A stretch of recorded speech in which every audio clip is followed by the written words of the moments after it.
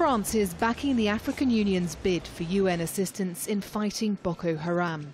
The French Foreign Minister, Laurent Fabius, is in West Africa visiting the countries involved in fighting the Islamist group. France is providing intelligence that is very important in terms of the movements of Boko Haram,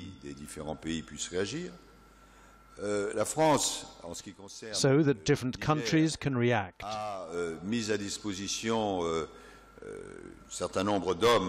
Concerning Niger, France has made available men from the Barkhane operation in Diffa to salute the common work that's done by the French and our Nigerian friends. Fabius is in the region to raise international funds to combat the group's spreading insurgency.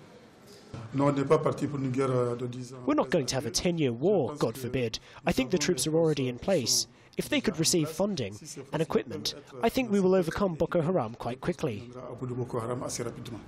An anti-terrorism military exercise is underway. 1,300 soldiers from 28 African and Western nations are preparing for an offensive against the militant group.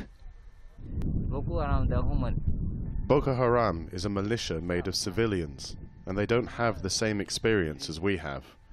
We are a well-organized army. They cannot resist us. The latest attack on Sunday was from a suicide bomber aged just 8 years old. A young girl with explosives strapped to her back killed 5 people and injured dozens more in the northeastern town of Potoskum.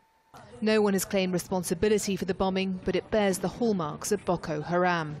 The insurgents have suffered a string of defeats, but 6 years of violence across the wider north of Nigeria has had a huge impact on food supplies too. Borno State once prided itself as a major fishing hub, but the ongoing conflict has forced thousands of fishermen to abandon their trade. Many turned to importing fish from Chad and Niger, whose shores weren't affected by the insurgency, but the fall of Baga has cut off the traders' supply route. Huge shipments destined for the capital Borno State are being detained in Diffa. The border town has been hit by a spate of suicide bombings and cross-border raids. It's in response to Niger's decision to deploy troops against the militants. President Goodluck Jonathan has been strongly criticised for not taking tougher action against Boko Haram.